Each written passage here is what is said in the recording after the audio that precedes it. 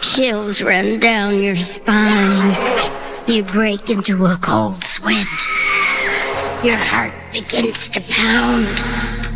You are afraid. Due to the graphic nature of this program, viewer discretion is advised. Its name is the USS Hornet, and it was first commissioned in 1943.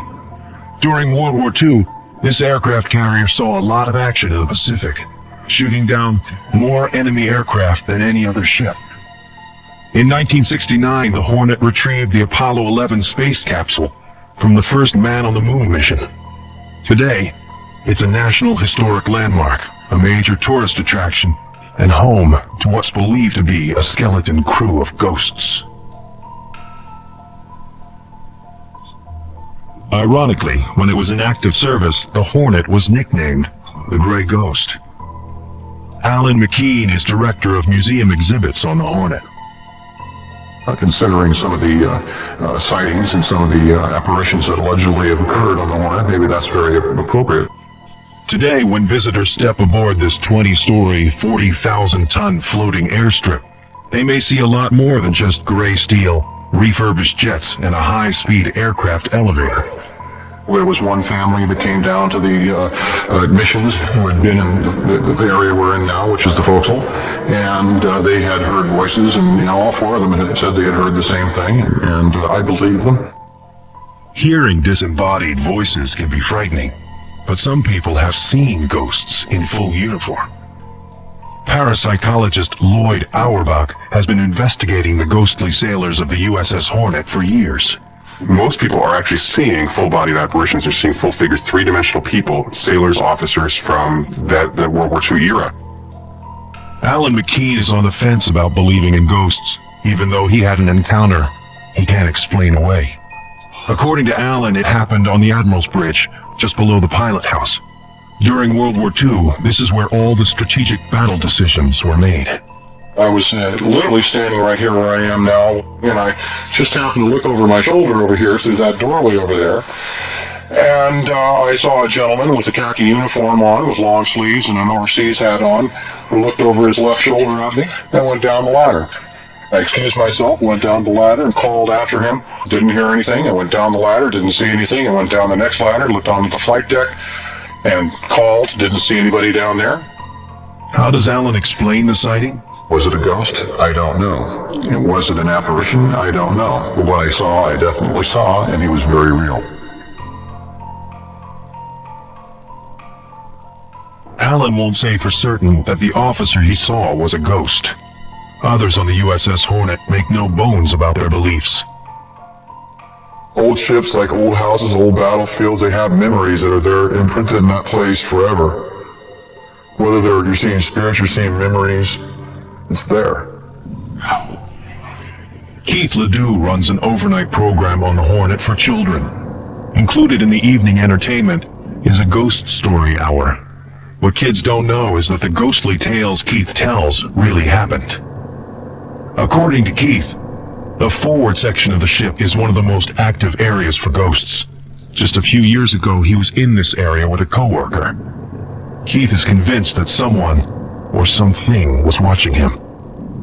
Turned around and looked over towards this catwalk area here, and leaning against one of the railings up there was a man in a sailor suit, work blues, leaning against the railings, giving me a strange look. So I turned around to take my mask off to get my buddy, and we turned back around and the person was gone. That wasn't the last time Keith says he saw a ghost in this part of the ship. A week later, that same sailor reportedly brought along his commanding officer. They're basically going about their duty. As they did in life, they do in death. Keith is also convinced that someone walked through wet paint without leaving footprints. It happened during the Navy's annual Fleet Week. Keith was staying overnight with other volunteers to get the boat in ship shape. The first day we were here, we had painted that area where the bell is, that's the quarterdeck. Next to the bell is the captain's ladder. Now up at the top of the captain's ladder is a door, that was locked. There was a chain and a padlock on it. To get up that ladder, you'd have to walk through that area we painted. Well, that night around midnight, we heard something crashing onto the deck. Keith and his friends went to investigate. The sounds were coming from the quarterdeck, just a few steps away from the ship's gift shop and visitor gangway. What or who could it have been? Former commanding officer, he got named, but something we heard and there was no footprints. Bob Fowler is a volunteer who sleeps on board the Hornet 3 nights a week. He took us to the junior officer's berthing area to tell us his ghost story. And my first night that I spent aboard the ship was right in this rack right here. And about an hour into sleeping, I felt a tugging at my feet, and my feet were being pulled. And I wasn't sure whether I was asleep or not, or what it was. And there I opened, got up, looked around. There was nobody here, no strings, no nothing. Has Bob slept in that bunk since then? I slept 2 bunks down here. I have a stateroom on the other side of the hallway that I sleep in 3 nights a week with a liveaboard program, but I won't sleep in that bunk. For some weird reason, ghosts have frequently been reported in restrooms, and the USS Hornet is no exception. Inside this ladies' room, some women say they've heard the disconcerting sound of male voices. A lot of women have reported hearing voices in here, male voices. They've experienced feeling a presence, mainly over by the mirrors and the sinks. And what's interesting is that the guys seem to be pretty respectful of the stalls themselves. They don't go in there, they don't try to peek over, but they're still pretty mischievous out here amongst the mirrors and the sinks. This is where people really feel like they're being watched. Perhaps tourists aboard the Hornet aren't the only ones sightseeing. The ship's ghostly crew has been reported in every bathroom, bridge, or bunk. But before you decide these stories of phantoms are all out to sea, back on land, this next tour guide will introduce you to the ghost of a voodoo queen, who still has a lot to crow about. Are so resilient. But lost souls don't just appear in museums. There are spirits that make their homes in less touristy areas. In fact, climb up San Francisco's most exclusive hill, and you'll encounter some of the city's highest class haunts. Nighttime on Nob Hill is open season for ghost hunts. All you need to do is find the right guide. Every night, master storyteller Jim Fastbinder takes visitors on San Francisco's ghost tour. It doesn't matter whether you believe or disbelieve in spirits. I don't go around trying to change people's minds. I just let them experience what's here and make up their own minds. Fastbinder's first stop is the Queen Anne Hotel, built in 1890 by a famous San Franciscan named James Fair as a finishing academy for girls. Today it's a luxury bed and breakfast, but many claim the old school's head mistress, Miss Mary Lake, haunts the building. When Jim first decided to start his walking tour from the Queen Anne Hotel, he hadn't heard about any ghosts. I was greeted by the concierge with, "Oh, you're here to investigate the haunting?" Apparently, a guest staying on the 4th floor had just been spooked. Over the years, several guests have reported ghostly visitations. People have seen a misty shape, and they describe this as being a woman. And it doesn't fill them with fear or dread. It fills them with comfort. The weirdest experience to date was reported by a businessman staying in room 410. He came in one night very, very late. He was very tired, very cold, but he just walked over to the bed, fell down and fell asleep. He woke up and found a blanket over him, and he knows for sure he didn't get up and get that blanket. Not only that, it was tucked in. 100 years ago, this suite was Mary Lake's office. Could it be she's still in the business of comforting people? Isolated incident? Not in your life. A few weeks ago, almost by accident, I ran into the manager of this place who worked here over 10 years ago, and he told me that on his watch there were 2 very similar occurrences where someone staying in 410 would somehow fall asleep and then wake up with a blanket over them that they didn't get. There's one more story that isn't part of Jim's ghost tour. We had a regular guest who would stay here quite often, and he placed his shaving kit on the sink, and he heard things fall. It looked as if someone was sweeping his things off the bathroom sink with their hand. Only, there was no human hand in sight. Was this Mary's way of teaching him to keep his room free and clear of clutter? Or was she trying to have some fun with the clientele? We may never know, but one thing's for sure. A few are convinced that the ghost of Miss Mary Lake isn't ready to retire just yet. Just half a block from the Queen Anne Hotel is the next stop on the Nob Hill Ghost Tour. In the mid-1800s, a black woman named Mary Ellen Pleasant built her home and earned her fortune here. Mary Ellen Pleasant was no lightweight when it came to living. By the time she was 30, she'd been a slave in Georgia, a rich widow in Boston, and a voodoo priestess in New Orleans. Wealthy and wise, she arrived in San Francisco in 1852. She bought saloons, bordellos, and boarding houses. And in a gold rush town where men outnumbered women 6-1, her boarding houses were always filled with rich, hungry, single men. It's said that Mary Ellen befriended young women who had lost their reputations. Her friendship had a price. These women became her spies, her ticket to wealth and power. She made a ton of money, and in this day and age, we'd call it insider trading. But back then, no one knew. They just knew she was a great cook. Toward the end of her life, Mary Ellen was accused of murdering her business partner and alleged lover, Thomas Bell. She was acquitted, but the case ruined her. When she died, Mary Ellen Pleasant didn't have a penny to her name. Some say her restless ghost wanders among the eucalyptus trees, planted more than 100 years ago. According to Jim Fastbinder, she's taken a keen interest in his ghost tour.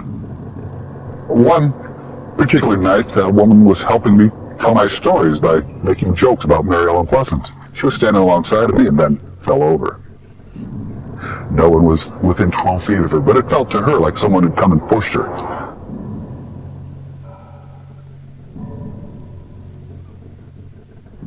It wasn't the first time the forceful spirit reached out to the living.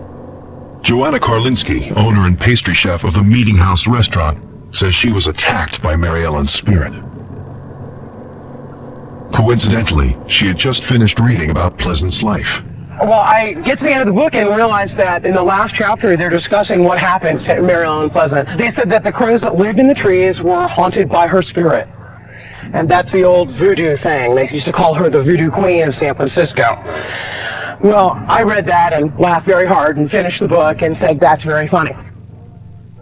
The very next day, Mary Ellen was waiting for her. And out of nowhere, two crows started squawking, came flying down and tried to pick me up and take me away. And I laughed when I realized that I had just been saying, oh, this is so not true. These are such silly little ghost stories. To this day, Joanna is convinced that Mary Ellen haunts the eucalyptus grove, less than half a block from her restaurant. On a different block, there's a ghostly tale visitors to San Francisco will never encounter. It's off-limits to tourists. But a private tour of the Atherton House is exactly where we're going. Built in 1891 as a single-family dwelling, the house has since been divided into apartments. Kim McLennan and her husband now own the building. They've lived there for 20 years. Before buying the house, the McLennans received a standard real estate disclosure. Typically, these forms tell you what's wrong with the house so you can negotiate on price. This form was anything but typical. The former owner presented my husband and I with an official disclosure that the house was haunted. That's how we found out. That didn't stop the McLennans from buying the house. After she moved in with her family, Kim found out just what the word haunted meant.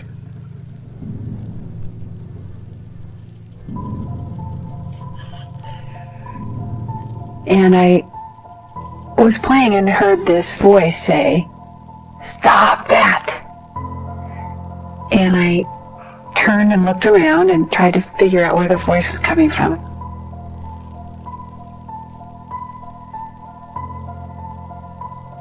We played again, same voice, louder this time. "Stop that!" And I looked at my son and I said, "Did you hear that? Did you hear anything?" And he said, "No." I shut the piano, walked out of the bar, and didn't come back for 4 months.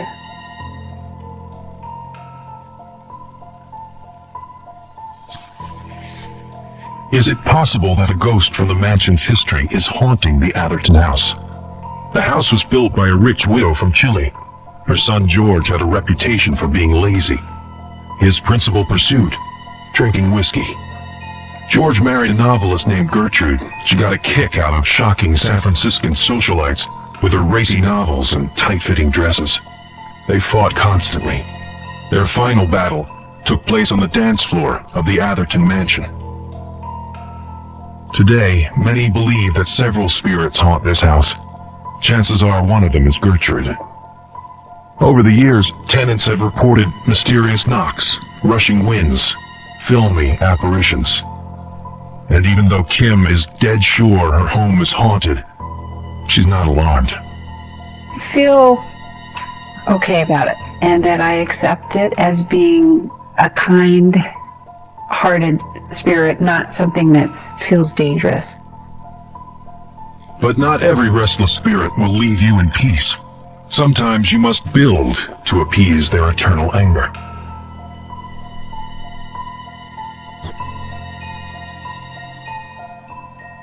A discussion about ghosts in San Francisco wouldn't be complete without a drive due south to a 160-room mansion that was reportedly designed and built for ghosts.